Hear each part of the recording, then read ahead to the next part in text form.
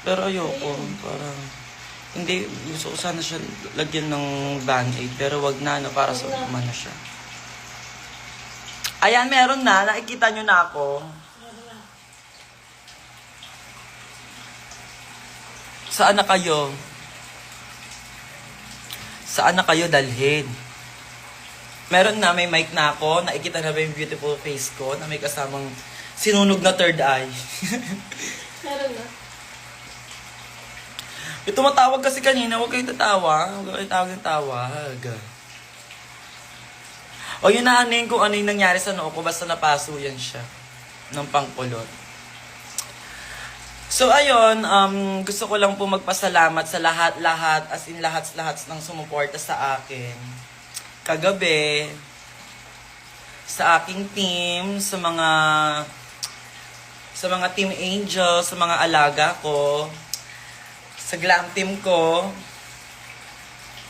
at saka sa mga designers. Bakla nung naisip namin, alam mo nakapag-desisyon ako nang sasali ako ng Miss Gay Quiapo, nung screening na nila talaga mismo. Yun na yung pinaka full decided na ako na, sige go, ilalaban ko to. Kasi sobrang feeling ko kapag hindi ako sumali, anong tawag dito? Go for straight na. Oo, alam mo yun, yung magbabagabag siya sa isip ko. So, kaya sumali ako. At hindi naman oh my God! Regrets ba na? Oo, magkakaroon ako ng regrets if hindi ko siya itutuloy. Actually, hindi ko naman ini-aim manalo. Ini-aim ko ma-experience siya. At in fairness naman, sobra ko siyang na-enjoy. Hard! Most especially, nandun pa yung mga drug sister natin. Sila Shawarma. Gusto ko pasalamatan si Shawarma, si Vinyas Deluxe, si Marta Amitis, si Matilda, si Jadeso. Si Jadeso hindi lumalabas ng bahay yun Guys, hindi lumalabas ng bahay yun si Bakla. Ayaw niya ng matao. Kasi ano ba tawag sa ganun? Yung hindi ka matao? Introvert siya. Si Captivating Katkat, sa kagustuhan niyang manood talaga. Alam mo, hindi na siya nagdala ng kotse. Nag-move it siya, hindi mo mapapamove it yun, hindi mo mapapaangkas yun. Si Bernie, mas nauna pa sa akin si Bernie dun talaga na parang akala mo naman. Si Tiny Deluxe. Sino pa ba? Si Zimba, oh my God, si Zimba. Sa season 3 cast, bukod kay Maxi, si Zimba lang ang nandoon. At si Ed sa extra pagtapos ng show niya ng hosting, talagang sumunod siya, umatak siya doon. Bakla. Sino pa? Sino pa ba mga drag queen doon? Isa-isahin natin. Basta ang dami pang mga... Si Trina, si Valeria, nando si Valeria. Yung OD ba, si Mama Eken, si Mama Eva, si Odasha, yes. Grabe, ang dami yung... Ito nga, mama ko, umaga na siya natulog kasi talagang sinuportahan ako ng mama ko sa pagsali ko doon. Alam niyo ba, sa mga nagtatanong bakit si Maxi ang makeup artist ko? Before kasi na ng mga bagets-bagets pa kami na nagpa-pageant kami, si Maxi talaga yung... Kahit nung first ever na sumali ako ng pageant sa school namin, nakita niyo yun sa Drag Race yung first... Ang tawag doon, first time in charm ko na look. Si Maxi yung nag-makeup sa akin noon. Tapos, nung nagsimula ako mag-pageant noon, si Maxi yung laging nag-aayos sa akin, si Maxi ang manager ko, si Maxi ang handler ko. So, hindi ko ipagkakatiwala yung mukha ko. Ganda ng mukha ko, hard Alam ko si Maxi lang yung pwede kong pagkatiwalaan when it comes to my face. Kasi, alam niya kung ano yung maganda para sa akin. At ang ganda ko kagabi. Masasabi ko ang ganda ko kagabi. Kamukha ko si Madam Inuts, igigip ko hard. Carry ko lang. Kasi there's nothing wrong. Wala namang masama doon. Kung tatawagan ako Madam Inuts. Ewan ko yung iba ba kami na masama nila. Pero ako parang natutuwa ako pag tinatawag din ako. Maganda si Madam Inuts. At si Madam Inuts ang pambali natin ng kalungkutan ng mga panahong nilalamon tayo ng pandemya. Diba? Jiba kami. Jiba. Jiba. Bakla hard. Sobra ko na-enjoy yung Miss Gay Quiapo ko. As in. Si Meme nandoon. Kaya ginalingan ko ng swimsuit round. Kasi nandoon si Meme. Si Jan Lapus din. Si Aura Briguela, pumunta din si Aura Briguela. Si Abby Salle at saka si Stella Salle na hindi napapagod mag-abot ng tagay sa akin kahit gaano sila ka-busy. Talagang lalapitan nila ako para patagayin, di ba? Grabe yung support ng mga drag queens. Grabe yung support ng mga tao. Alam mo yung si Shawarma, nakita ko pa siya, nagdadasal siya nung announcement nung top 5. Kita ko siya, hindi siya nakatingin sa akin. Nakita ko siya, nagdasal siya. Kaya talagang grabe yung, ang daming mga taong, alam mo yun, sumusuporta sa akin. Ang daming mga taong gustong, parang Latina ang take mo sa Miss Venezuela, ang Latina. Bakla parang sumanib sa akin si CJ Opiase. Kasi when it comes to pasarela, sa mga beauty queen, si CJ talaga ang, nakakuha ng mga puntos ko. You ate that swimsuit and denim runway. Thank you so much. Gusto ko lang pasalamatan ang nagtahi ng swimsuit ko na si Charo Bagalando. Hey. And of course, sa aking denim look, ang stylist ni Maxi. Ang stylist ni Maxi na si G. Yes, sa totoong buhay lang. Ay, Bon, I miss you. Babalik ng Iloilo, ibalik nyo na ako ng Iloilo. Sa totoong buhay lang. Alam mo, kaya pinaghandaan namin ng gusto yung mga magiging looks ko doon. Kasi syempre, for sure, kung lalaban ako, dapat pakita ko ng laban ako. Gusto ko yung pakita ko ng laban na laban ako. Yung kuya ko ba naman, pag sobrang competitive ng kuya ko. Minyalandi, di ba si Maxi, kilala nyo siya, sobrang, kung kilala nyo si Maxi sa totoong buhay, apaka-perfectionist niya. Kaya siya lang yung hinayaan kong humawak sa akin kahapon eh. Thank you, Fayba. Nandun din pala si Fayba kahapon. Si Maxi yung pinagkatiwalaan kong humawak sa akin kahapon kasi sobrang perfectionist niya when it comes to looks, makeup. Sobrang polish ko kagabi. So, bakla totoong buhay lang, mas drag queen pa ata ako kagabi. Pero yeah, maraming salamat po sa lahat ng tao sumuporta at naniwala sa akin. Alaga, pakita nga na natin sa mga tao yung mga napanalunan natin. Hindi naman Bakit yan? Ito mo na. Bakit? Bakla magtitanda pa ako tuloy. Kita nyo to? Yes, nakuha natin to from Coco Lemon. Kalaban ng Coco Melon. Diyos ko. Ayan. And this is our lucky number. Candidate number 47. And yes, nakuha natin ang best in costume. Dahil ang costume natin ay galing kay Patrick Esorena. And yung ganun-ganun ni Maxi sa...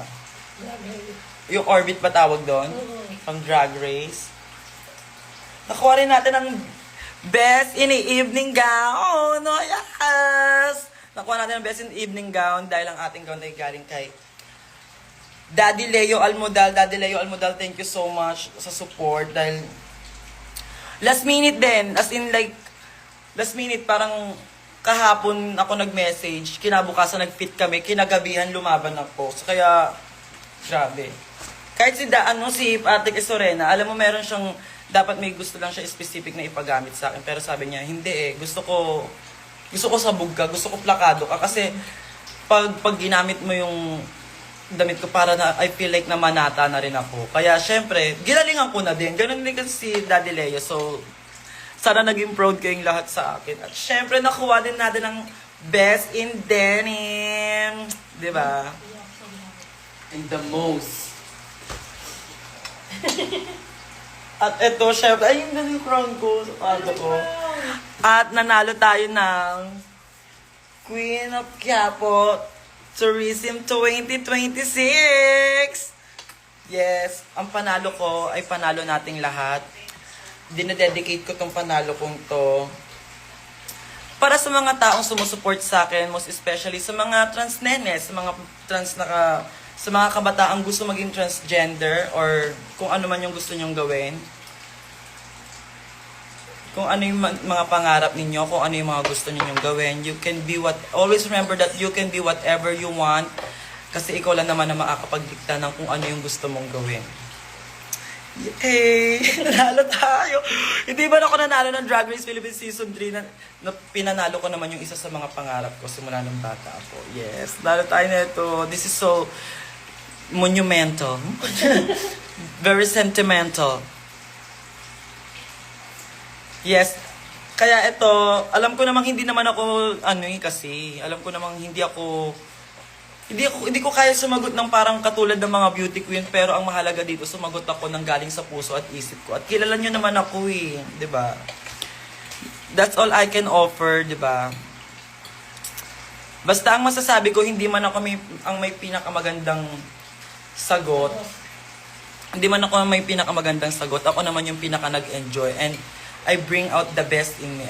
And whenever I put my step, whenever I step my foot, ano ba?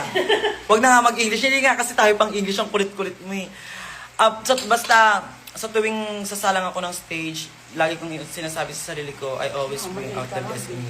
Kailangan papakita ko kung gaano ako ka-confident, kung gaano ako kalaban, kung gaano ako pasabog, kung gaano ako kasarap, bakla. Meron tayong 75 lovely candidates at 17 na siko ng alaga ninyo. Pasensya na kayo Pero congratulations pa rin sa lahat ng mga beauty queens na nakalaban natin kagabi. Deserve din kayo. Congratulations din po sa inyong lahat. Sino nagandahan mo, nagandahan mo ma-accept sa'yo? Gusto ko yung ganda ni Billy. Si Billy, kasi ang bait niya. Si Ate Gretes. Si Summer. Sino pa ba yung mga Kasi puro magaganda. Pero syempre ibabase natin yung sa may magandang loob. Alam mo naman yung mga ibang trans kasi syempre mairal. Pero lahat naman sila, mababait naman sila lahat. Actually, halos lahat. Pero naging close ko kahapon si Billy, si Mikay, sino pa ba? Si Karen, nandun si Karen, grabe si Karen, grabe yung support niya sa akin. Bongga yung support ni Karen sa akin, totoong buhay lang. Ang daming magagandang bakla kagabi, pero yung mga naging close ko, yan si Mikay, si Billy, si Summer, sino pa ba? Si first runner-up, naging chika ko rin siya. Si Yunil. Si si Ate Gretes. Ayan. Ate Gretes yung hormones, Diyos ko. And syempre, gusto ko rin pasalamatan pala si KK Gumamela. Gumamela HRT dahil sa kanya po galing ito.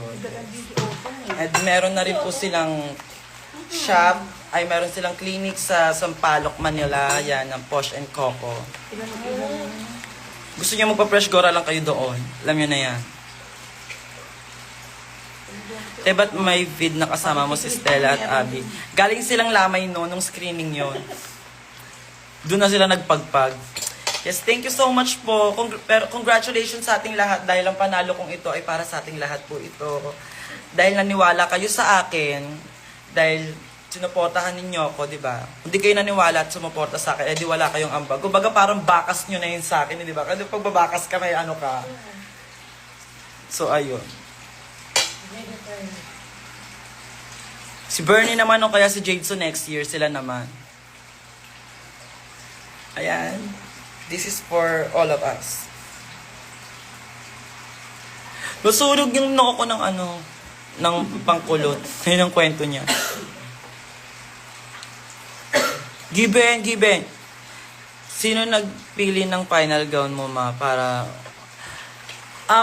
nag-fit kami doon mismo sa house ni Daddy, sa palace. Pasabog yung bahay ni Daddy Leo, parang palace. Na nag-fit kami, tapos habang nag-fit ako, sinasabi sa akin ni Daddy Richard na, ano yung napi-feel mo? Kailangan kung saan mo yung pinaka-napi-feel, kung saan yung parang pinaka-confident ka, kung saan yung pinaka-lalabas mo yung confidence mo. So, yung suot na gown ko kahapon, ako ang nag-decide nun. Tapos yung yellow na sinuot ko, yun yung gusto sana sa akin ni Maxi na isuot. Kasi sabi niya, ay, ex-senadora to. Parang, sabi ko, parang maganda ako dito talaga sa silver and red.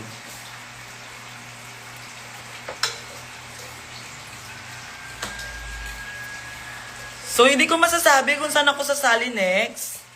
Kasi inexperience ko lang naman din talaga siya. Inexperience ko lang siya kasi kung hindi ako sasali parang piling ko ayoko magkaroon ng regrets. Like, kasi nag-enjoy lang ako and hindi ko naman intention makipagpuksaan or makipaglabanan talaga sa kanila kasi sila talaga yung mga beauty queen. So, igigib ko rin sa kanila. Hi everyone! More than enough na nakatapak lang. Yes! At saka yung mga palakpakan at hiyawan. Sabi ko nga hindi pa na-announce yung top 5. Sinasabi ko sa mga drag queen, alam nyo, nandito kayo na sumusupport sa akin ngayon. Wala pa man din, feeling ko panalo na ako. Kasi grabe yung, alam nyo lang kung gaano kagrabe yung support na binibigay sa akin ng mga drag sister ko sa backstage habang nagpe-prepare. Bakala, ang daming kamay. Hard. Sobra yung asikaso sa akin ng mga drag queens. So, sa mga drag sister ko, para sa inyo rin po. Kasi karamihan sa atin doon, mga talunan eh. Si Maxi at si Katkat lang ang nandoon eh. Nananalo. Thank you. Sasali ka pa po ba next year? Hindi ko alam. I don't know. I think okay na ako dito. Meron na akong napanalunan ko na siya in my first join. Diba? Sa unang pagsalang ko, nanalo naman na ako agad. And wala naman akong kailangan patunayan pa. Diba? Kasi para sa kanila pa rin naman yun. Para sa mga beauty queen. Siyempre, gigib natin yung mga title para sa mga beauty queen. Si Banak napagod. Kasi parang mas siya pa yung candidate sa akin sa totoong buhay lang.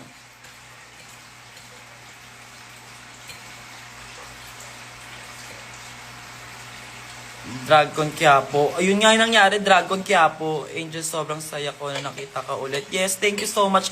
Sobrang saya rin ng puso ko dahil sa mga supportang binibigay ninyo. Wang Eme Wang Eme. Kasi kung Eme, tignan mo, hampas ko na lang itis sa'yo.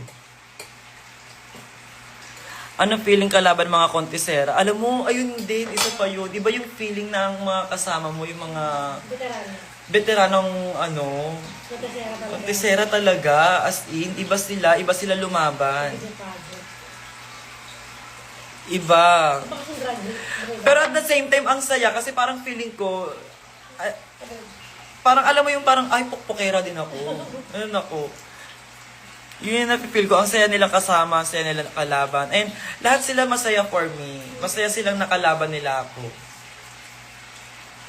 Alam ko yung, napipil ko yung every time na may nakakasalubong akong isang candidate. Go ate. Good luck ate. Galingan mo ate. Alam mo yun na, yung mga simpleng gano'n nila sa akin, parang nakakataba ng puso na kahit magkakalaban kami kagabi, masaya sila para sa akin.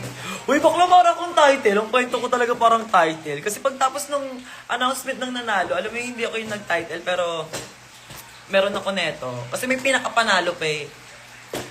Bakla fourth runner-up lang ako, hindi ako kasi mahusay sumagot. Pero hindi ko to nilalang lang. Kasi nandahil sa mga taong sumuporta sa akin, sa inyong all. Doon ko na naramdaman na panalo ako.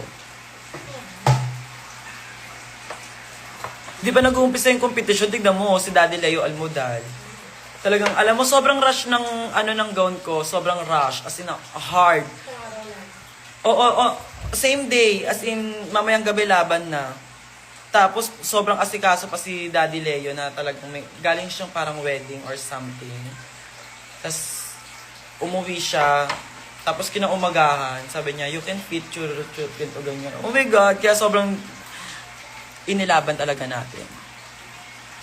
Siyempre, hindi naman kasi ako ganun katalino eh. Kaya kailangan yung mga gamit ko pasabog na. At least, binigyan ko kayo ng isang magandang laban, di ba? Hindi ko naman kayo pinuki-puki. Ginandahan na lang natin yung mga gamit natin kasi hindi tayo pang question and answer.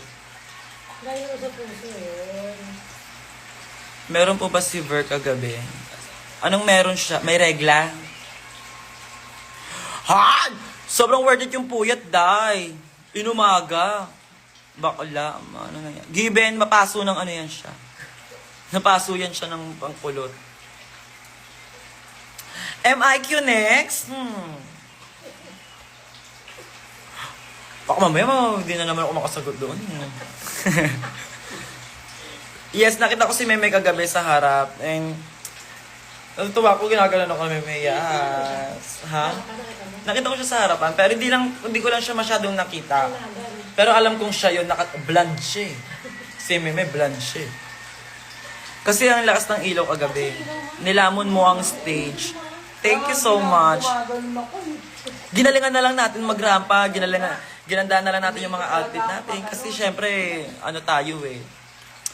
Di nga tayo makakasagot ng question and answer nga ni. Naawa ko kay kuya sa pamilya. As in, sobra, grabe kahapon, alam mo, natutulala na lang siya, sobrang pagod. Tapos natanong, okay ka lang. Sumabay pa to yung mga... Ato guys, na nakikipag, ano ba tawag doon? In-entertain naman din namin kayo. Wag na lang kayo yung parang super na, grabe yung... Alam mo yung, syempre kagabi, busy eh. Kasi lumalaban kami, meron kami mga inaasikaso.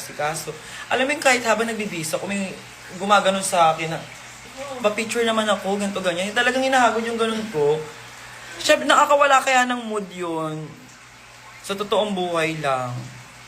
Mami, but overall performance sa stage, sobrang nilamon mo talaga. Oh, thank you so much. So, ayun guys, you can ask, alam mo yun, kalmado. You can ask Cam na, can we take a picture? Ganito, ganyan. Tsaka yung mga drag queen, alam mo, talagang pang beauty queen yung eksena. Pero parang sa amin yung gabi, nakakaloka. Yes, napakalaking bagay ng respeto. Meron pa, di ba, kailan ba yun yung bago siguro i-announce yung top 5 o announce na yung winner? May nangatak sa akin na gano'n. Sabi niya, talagang ginanon ako, tapos hinila niya pa nga yung ganito, kasi nakaganon ako. Hinila niya ako pa gano'n. Sabi niya sa akin, AJ, pa-picture naman ako, ito ganyan. Tapos dinadaan niya ako sa chika. Sabi ko, hala, wag ka mga hatak basta-basta. Ikaw naman, kausap ko pa si Maxi. Ito ganyan. Sabi niya, ay, maldita mo naman. Ako pa yung maldita ngayon. Pero yeah, okay lang po yun. At least, salamat pa rin sa support ninyong lahat. Oo, pinasara ko yung third eye ko kasi kaya nasunog yung ganyan. Nakakakita ko ng hindi mga magaganda. Yung third eye ko hindi nakakita ng mga multo. Hindi nakakita siya ng hindi magagandang mukha. Naiinis ako. Kaya pinasara ko. Sabi ko, oh my God, we are all one within. Sabi nga ni Jade So. I am you, you are me. We are all one within.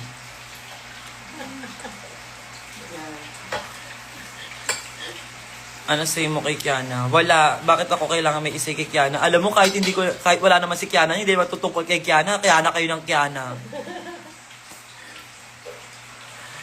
Yes, ang dami na puyat dahil sa akin kagabi. Sobra yung pag-support ng mga tao.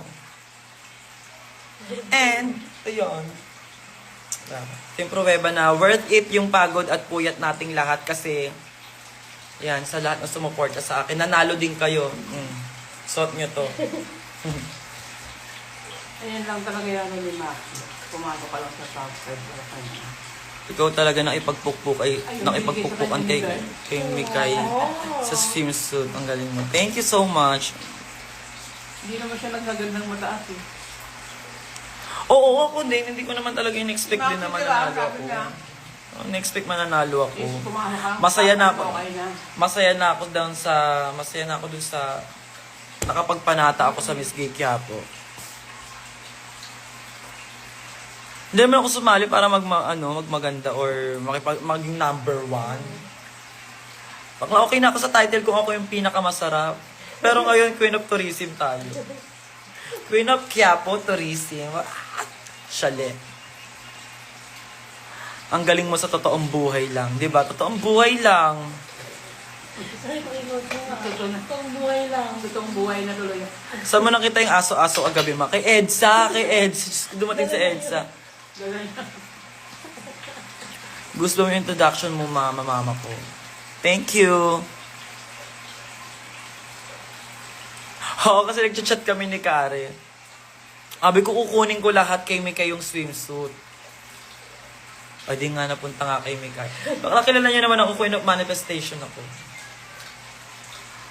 Tsaka minanifest ko rin kagabi, mananalo ako.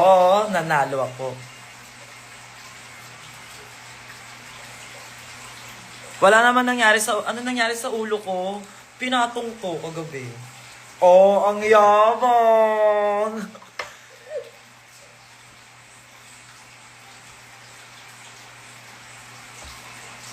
Ayun si Maxi. Patay pa din. Pagod siya kahapon. Hard!